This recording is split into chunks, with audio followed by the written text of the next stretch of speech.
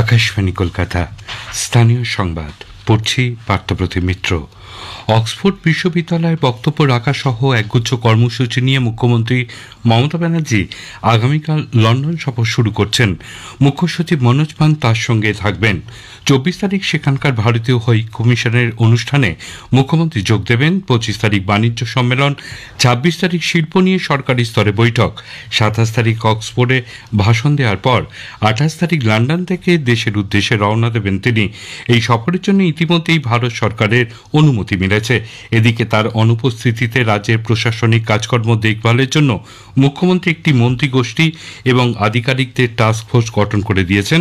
গতকাল নবান্নে সাংবাদিক বৈঠকে তিনি একথা জানান। ধর্মীয় উন্মোদনকে বাদ রেখে রাজ্যের সাম্প্রদায়িক সম্প্রীতি বজায় রাখার আহ্বান জানিয়ে সিপিআইএম আগামী এপ্রিলের প্রথম সপ্তাহ জুড়ে সম্প্রীতি শিবির করবে। কলকাতায় গতকাল এক সাংবাদিক বৈঠকে দলের রাজ্য সম্পাদক মোহাম্মদ সেলিম বলেন, শুধু সিপিআইএম নয়, ধর্মনিরপেক্ষ এবং গণতন্ত্রপ্রিয় সব ধরনের মানুষকে একজোট করে এই কর্মসূচিতে সামিল করা হবে। হাওড়ার বালির নিবেদিতা সেতুতে এক পথ দুর্ঘটনায় 4 জনের মৃত্যু হয়েছে।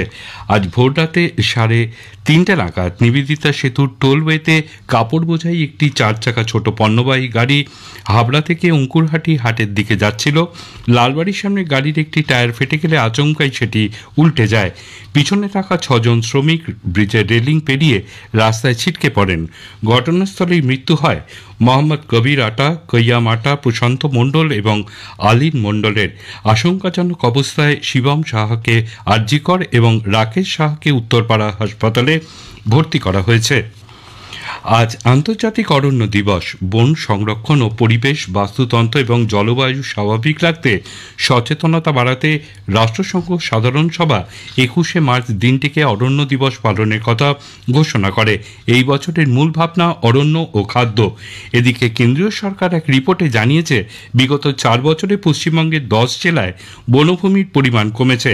উত্তরাখণ্ডের দেরাদুনে ভারতের বন জরিপ বিভাগের এক রিপোর্টে বলা হয়েছে, 2 চব্বিশ পরগনা, 2 দিনাজপুর, দার্জিলিং সহ 10টি জেলায় বনভূমির পরিমাণ কমেছে। তবে 13টি জেলায় অরণ্যের আচ্ছাদন বেড়েছে বলে উল্লেখ করা হয়েছে ওই রিপোর্টে।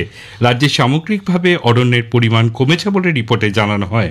2019 সালে যেখানে বনভূমির আয়তন ছিল 16,902 বর্গ কিলোমিটার, 2023 সালে তা হয়েছে 16,832.33 বর্গ কিলোমিটার। পশ্চিম মেদিনীপুরের জঙ্গলমহলে জঙ্গলগুলিতে এই সময় ঝরা পাতায় আগুন লাগিয়ে অগ্নিসংযোগ করে বন্য প্রাণ এবং বনজ সম্পদ ধ্বংস করার প্রবণতা লক্ষ্য করা যায়। এর ফলে জঙ্গলের জীববৈচিত্র্য নষ্ট হয়। এবার জঙ্গলগুলিতে অরণ্য সংরক্ষণের বার্তা দিতে এগিয়ে এসেছে জেলার কিছু শুভবুদ্ধি সম্পন্ন মানুষ এবং বিভিন্ন স্বেচ্ছাসেবী সংগঠন। চিপকো আন্দোলনের মতন কখনো গাছকে জড়িয়ে ধরে, কখনো বা জঙ্গলের গাছে গাছে পোস্টার দিয়ে সাধারণ মানুষকে তারা সচেতন করছেন গ্রামবাসীরা যাতে জঙ্গলে আগুন না লাগান। এর ফলে বনজ সম্পদের পাশাপাশি বন্যপ্রাণ এবং জীববৈচিত্র্য রক্ষা পাচ্ছে। এই উদ্যোগের ফলে বেশ কিছু কাজও হচ্ছে।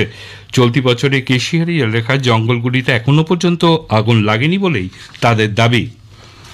বাতাসে জলীয় বাষ্পের পরিমাণ বৃদ্ধি ও অনুকূল পরিস্থিতি তৈরি হওয়ায় রাজ্যের প্রায় সব জেলাতেই ঝড় বৃষ্টির পূর্বাভাস দিয়েছে আবহাওয়া দপ্তর।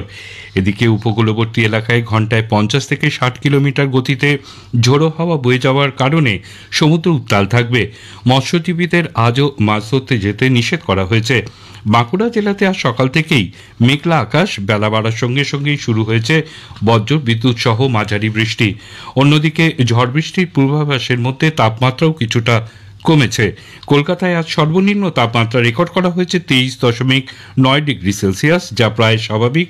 সর্বোচ্চ তাপমাত্রা থাকতে পারে 33 ডিগ্রির আশেপাশে। মুর্শিদাবাদের নওদা ব্লকে সরকারি উদ্যোগে পেঁয়াজ সংরক্ষণের ব্যবস্থা করা হয়েছে।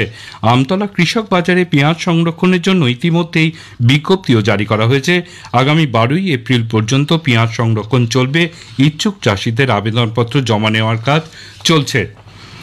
রাজ্যের বিভিন্ন স্থানে বজ্র বিদ্যুৎ সহ ঝড় বৃষ্টিতে বিপর্যস্ত বাংলার সর্ববৃহৎ লিচু উৎপাদক জেলা মুর্শিদাবাদ। বিঘার